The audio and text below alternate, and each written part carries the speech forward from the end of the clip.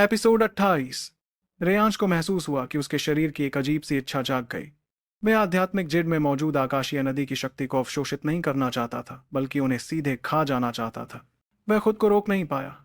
साक्षी की हैरान नजरों के सामने उसने मुट्ठी भर आध्यात्मिक जेड अपने मुंह में ठूंस लिए। उन चेतना शक्ति से भरे जेड पत्थरों को उसके तेज दांतों ने चूर चूर कर दिया। भारी मात्रा में आकाशीय नदी की शक्ति रेयांश के पेट में चली गई और फिर उसके डेंटियन में पहुंचकर तेजी से नई खूनी लाल चेतना शक्ति में बदलने लगी। इस वक्त रेयांश को जो एहसास हो रहा था वह ठीक वैसा ही था जैसे कोई कई दिनों से भूखा इंसान अचानक खाना पा जाए। वैसे तो ऐसे लोग अगर बहुत तेजी से खाएं तो गला घुट भी सकता है, लेकिन रेयांश के साथ ऐसा बिल्कुल नहीं था। उसका आपका अजीबोगरीब शरीर आकाशीय नदी की शक्ति को बहुत तेजी से अवशोषित कर रहा था। वो करीब 600 आध्यात्मिक जेड उसने एक ही पहर में पूरे निगल लिए और सभी को नई खूनी लाल चेतना शक्ति में बदल दिया। लेकिन रेयांश ने देखा कि उसकी भूख सिर्फ थोड़ी कम हुई थी। ये आध्यात्मिक जेड उसकी खूनी लाल चेतना शक्ति के लिए शायद ज्यादा कारगर नहीं थे।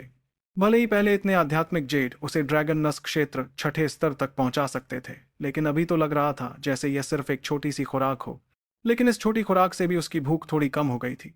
रेयांश को लग रहा था कि अगर आज रात उसे कुछ और खाने को नहीं मिला तो शायद वह भूख से मर जाएगा। रेयांश को आध्यात्मिक जेड खाते देख साक्षी हैरानी से अवाक रह गई। भले ही वो बहुत अनुभवी थी, लेकिन इस वक्त क्या हो रहा था ये वो भी नहीं समझ पा रही थी। रेयांश को आध्यात्मिक जेड खाने के बाद थोड़ा सामान्य होते देखकर उसके तनावग्रस्त दिल को थोड़ा आराम मिला। साक्षी कुछ कहने ही वाली थी कि आध्यात्मिक जेड खा चुके रेयांश ने अचानक कहा, साक्षी, तुम साक्षी तलवार में वापस जाओ, हम बाहर जा रहे हैं। मेरे लिए आसपास कोई झुंड में रहने वाले राक्षसी जानवर ढूंढो, जल्दी। अभी भी खतरे का माहौल था। साक्षी के मन में सवालों का अंबार था, लेकिन रेयांश की आंखों में जो बेचैनी दिख रही थी उसे देखकर वह चुपचाप मान गई और साक्षी तलवार में बदलकर रेयांश के कान में घुस गई। लेकिन रेयांश का शरीर अब इतना मजबूत हो गया था कि उसकी शल्कें बेहद कठोर थीं। साक्षी तलवार की पैनी धार के बावजूद साक्षी को बहुत मेहनत करनी पड़ी, तब कहीं जाकर वह अंदर घुसी। रेयांश बिना कुछ कहे तुरंत बाहर भाग गया। बाहर अभी गहरी रात का माहौल था। उसके पूरे शरीर से खूनी सुगंध फैल रही थी जो बहुत ही स्पष्ट थी। लेकिन उस खूनी सुगंध के साथ एक प्राचीन रौब भी था, जिसे दूर से ही महसूस कर छोटे राक्षसी जानवर बिना किसी वजह के कांपने लगे। रेयांश सिरोना पर्वत की गहराइयों की तरफ बढ़ने लगा। थोड़ी देर बाद साक्षी ने कहा, सामने जमीन के अंदर एक गुफा है।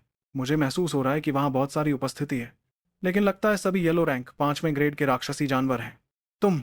साक्षी ने अपनी बात पूरी भी नहीं की थी कि रेयांश तेजी से उस भूमिगत गुफा में घुस गया। सामने से खाने की सुगंध बहुत स्पष्ट आ रही थी। ये भूमिगत गुफा बहुत गीली थी और उसमें खूनी सुगंध भी काफी तेज थी। रास्ते में यहां वहां कुछ हड्डियों के टुकड़े दिखाई दे रहे थे। जल्द ही रेयांश एक बड़ी भूमिगत गुफा में पहुंच गया। इस गुफा के अंदर बहुत बड़ी जगह थी। नीचे एक काला दलदल था।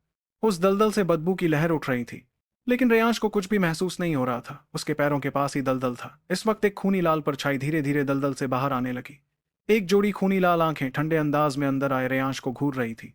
यह तो भूमि रक्त छिपकली है। रेयांश के शरीर से फैल रही सुगंध बहुत स्पष्ट थी।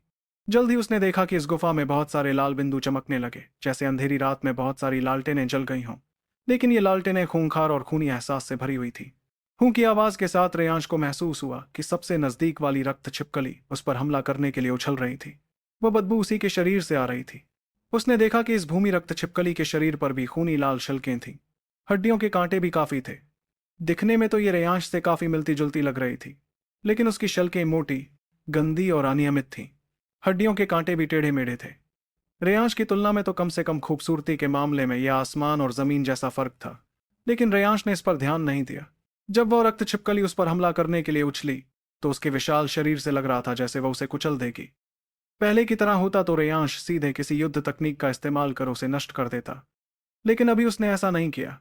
उसे महसूस हो रहा था कि उसका पूरा शरीर गर्म खून से उबल रहा था।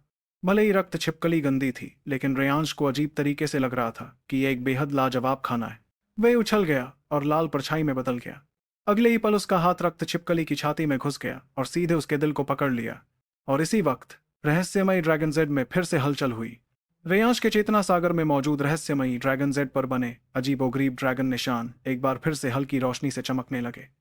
अगले ही पल एक काली रोशनी उस जेड से बाहर निकलकर नीचे मौजूद विरासत रक्त की बूंद को अपने घेरे में लेने लगी।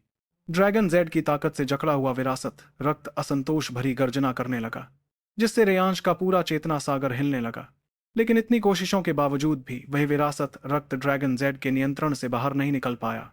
धीरे धीरे वह विरासत रक्त ड्रैगन जेड की तरफ खींचता चला गया और अगले ही पल दोनों आपस में घुल मिल गए। ये देखते ही ड्रैगन जेड का रंग पूरी तरह से खून जैसा लाल हो गया। इस दौरान रेयांश देख पा रहा था कि ड्रैगन जेड पर बने काले रंग के ड्रैगन निशान अब लाल रंग में बदल गए थे। इतना ही नहीं, बल्कि उन ड्रैगन निशानों के शरीर में तो नसों जैसी संरचनाएं भी दिखाई दे रही थीं। हैरानी की बात यह थी कि ये नसें देखने में ड्रैगन नस से हूबहू मिलती जुलती थीं। रेयांश अभी इस बदलाव पर हैरान भी नहीं हो पाया था कि उसने देखा कि उन ड्रैगन निशानों की नसों में खून जैसी लाल रंग की शक्ति बह रही थी। रेयांश ने तुरंत ध्यान से उस शक्ति के बहाव को याद करना शुरू कर दिया और उसका दिल तेजी से धड़कने लगा। यह बहाव का तरीका, ये तो चेतना शक्ति को इस्तेमाल करने का एक तरीका है। ये किसी युद्ध तकनीक जैसा लग रहा है। ड्रैगन जेड हो या विरासत रक्त, दोनों ही बेहद रहस्यमयी और शक्तिशाली चीजें थी। ऐसे में ड्रैगन जेड पर दिख रहे उस बहाव के तरीके से मिली चेतना शक्ति इस्तेमाल करने की विधि जरूर कोई साधारण चीज नहीं हो सकती थी। रेयांश ने जल्दी से पूरा तरीका अपनी याददाश्त में उतार लिया। इसी बीच ड्रैगन जेड का लाल रंग धीरे धीरे हल्का पड़ने लगा और वह विरासत रक्त की बूंद फिर से अलग होकर ड्रैगन जेड के नीचे दब गई, जहां वह बिल्कुल हिल नहीं पा रही थी। रेयांश को इस बात की फिक्र नहीं थी कि आखिर यह ड्रैगन जेड था क्या। उसने तुरंत उस तरीके का इस्तेमाल करते हुए अपनी खून जैसी लाल चेतना शक्ति को चलाना शुरू किया। उसी पल रेयांश की आत्मा में एक अजीब सी थरथराहट महसूस हुई और अचानक से वो उस तकनीक का नाम और उसका इस्तेमाल समझ गया। रक्त शोधन तकनीक। ये तो खून को शुद्ध करके उसे अपनी चेतना शक्ति में बदल सकती है। इसका असर तो आध्यात्मिक जेड खाने या बीस्ट वॉरियर की तरह राक्षसी मणि को शुद्ध करने से कई गुना ज्यादा शक्तिशाली है। इस तरह की तकनीक का तो कोई स्तर ही नहीं हो सकता। ये तो स्वर्गीय शक्ति है। रक्त शोधन तकनीक हासिल करने के बाद और हाथ में पकड़े भूमि रक्त छिपकली के दिल को देखते हुए रेयांश ने तुरंत इस तकनीक का इस्तेमाल शुरू कर दिया।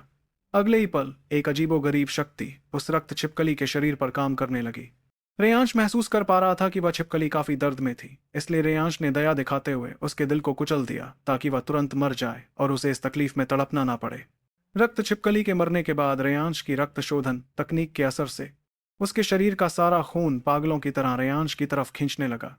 एक बूंद भी नहीं बची। इस दौरान रेयांश के शरीर की हर एक खुरदरी परत ऐसी लग रही थी जैसे वह एक विशाल मुंह बन गई हो जो उस सारे खून को सोख रही थी। रक्त शोधन तकनीक के शक्तिशाली प्रभाव के चलते गड़गड़ाहट की आवाज हुई और वह सारा खून फटने जैसी आवाजें करने लगा। बहुत सारी गंदगी रेयांश के शरीर से बाहर निकाल दी गई, जबकि बाकी बचा हुआ खून पूरी तरह से खून जैसी लाल चेतना शक्ति में बदलकर रेयांश की आवाजें कर रही है। डेंटियन में मौजूद चेतना शक्ति के साथ खुल गया। इस एक भूमि रक्त छिपकली के खून में मौजूद ताकत 100 आध्यात्मिक जेड के बराबर थी। इस फायदे को महसूस करने के बाद भी रेयांश को अभी भी भूख लग रही थी, इसलिए उसकी नजर तुरंत बाकी रक्त छिपकलियों की तरफ घूम गई। रक्त शोधन तकनीक के शक्तिशाली समर्थन के साथ रेयांश ने भूमि रक्त छिपकलियों का एक तरफा कत्लेआम शुरू कर दिया। हालांकि इस वक्त रेयांश अभी भी ड्रैगन नस्क क्षेत्र 5वें स्तर पर ही था, लेकिन इन रक्त छिपकलियों के मुकाबले वो बहुत ज्यादा शक्तिशाली था। खासकर उसके शरीर पर उगे कांटे जो रक्त छिपकलियों के शरीर में ऐसे घुसते थे जैसे वह पनीर हो। रक्त छिपकलियों के खून की ताकत के साथ रेयांश की भूख धीरे धीरे कम होने लगी। उसकी चेतना शक्ति की मात्रा तो वापस उस स्तर पर आ गई थी जो ड्रैगन की मुहर छूने से पहले थी, लेकिन गुणवत्ता के मामले में तो अब वह 10 गुना बढ़ गई थी। रेयांश को इतना पागल होते देख साक्षी के मन में थोड़ी दया आई, लेकिन राक्षसी जीव और मनुष्य दो अलग अलग जातियां थीं। आमतौर पर मनुष्य राक्षसी जीवों का शिकार करते थे और शक्तिशाली राक्षसी जीव भी मनुष्यों को मार डालते थे। ये तो एक नियम बना चुका था। वैसे भी राक्षसी जीवों की बुद्धि कम होती थी, इसलिए साक्षी कुछ कह नहीं पाई। रेयांश रक्त शोधन तकनीक इस्तेमाल करने से पहले उन्हें मार देता था, जिससे यह साफ था कि उसका दिल पूरी तरह से उस विरासत रक्त में मौजूद खूंखार हत्या के इरादे से प्रभावित नहीं हुआ था। रेयांश रुकने ही वाला था कि अचानक साक्षी की घबराई हुई आवाज आई। रेयांश, इस जमीन के नीचे एक विशाल राक्षसी जीव है। उसकी ताकत येलो रैंक 7वां ग्रेड की है। भागना है। येलो रैंक 7वां ग्रेड का राक्षसी जीव। पहले के दिनों में तो रेयांश की जान आसानी से ले सकता था। साक्षी नहीं समझ पा रही थी कि इस नए रूप में रेयांश की ताकत आखिर कितनी है, इसलिए उसने पूछने के अंदाज में उससे बात की। इस दौरान रेयांश एक पल के लिए रुका। येलो रैंक 7वां ग्रेड, अच्छा है, मैं इस शरीर की ताकत आजमा सकता हूँ। येलो रैंक 7वां ग्रेड का राक्षसी जीव मूल रूप से ड्रैगन नस्क क्षेत्र 7वें स्तर के योद्धा से भी थोड़ा ज्यादा शक्तिशाली होता है। रेयांश के दिमाग में यह ख्याल आते ही पूरी जमीन अचानक कांपने लगी।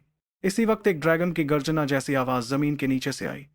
कीचड़ भरा तालाब जोर से उछला और एक विशाल लाल रंग का राक्षसी जीव रेयांश की आंखों के सामने प्रकट हो गया। यह भूमि रक्त छिपकली का ही बड़ा रूप था, जिसकी लंबाई 20 मीटर से भी ज्यादा थी। उसके पूरे शरीर पर खून जैसी लाल परतें थीं और उसकी दोनों लाल आंखें तो कढ़ाई जितनी बड़ी थी। देखने में बेहद खौफनाक लग रहा था। ये तो भूमि रक्त छिपकली राजा है। कोई आश्चर्य नहीं। यहाँ इतनी सारी रक्त छिपकलियां इसलिए हैं क्योंकि यहाँ एक राजा की मौजूदगी है। इस रक्त छिपकली राजा की शक्तिशाली राक्षसी शक्ति के दबाव के बावजूद रेयांश एक कदम भी पीछे नहीं हटा। रेयांश ने इतनी सारी रक्त छिपकलियों को मार डाला था। ये देखकर रक्त छिपकली राजा का गुस्सा चरम पर पहुंच गया। हालांकि वह स्पष्ट रूप से महसूस कर रहा था कि रेयांश बहुत रहस्यमयी और अजीब था, लेकिन इससे उसके दिल का गुस्सा कम नहीं हो सकता था। यह बदसूरत राक्षस मुझे मारना चाहता है, लेकिन मेरे लिए तो तुम भी सिर्फ खाना हो। रेयांश की आंखों में ठंडी चमक आई। उसकी रफ्तार अब पहले से 10 गुना ज्यादा तेज थी। जैसे ही उसका शरीर हिला, वो इस गुफा में खून जैसी लाल परछाई में बदल गया। लेकिन रेयांश ये भी देख पा रहा था कि रक्त छिपकली राजा की जीभ की रफ्तार भी बेहद तेज थी। रेयांश ने सिर्फ एक कदम हिलाया और वह विशाल लाल जीभ भारी ताकत के साथ तुरंत उसके सिर के ऊपर आ गई। रेयांश ने जोर से चिल्लाते हुए मुक्का मारा और उससे टकरा गया, लेकिन उसे एहसास हुआ कि रक्त छिपकली राजा की जीभ की ताकत उसकी ताकत के लगभग बराबर थी। इस हमले के झटके से रेयांश के पैर जमीन में धंस गए। ठीक है, आज मैं पहले ही पेट भर चुका हूं और मेरे पास तुम्हारे साथ बेकार में समय बर्बाद करने का वक्त नहीं है। ड्रैगन सील मैंने सीख तो ली है, लेकिन अभी तक इस्तेमाल नहीं की। आज तुम्हें इसका मजा चखाता हूं। आगे क्या होगा, स्टोरी में जानने के लिए सुनते रहिए इस स्टोरी को और चैनल को भी ज्वाइन कर ले। आगे के एपिसोड इसी चैनल पे आएंगे, तो सब लोग इसे ज्वाइन कर लो।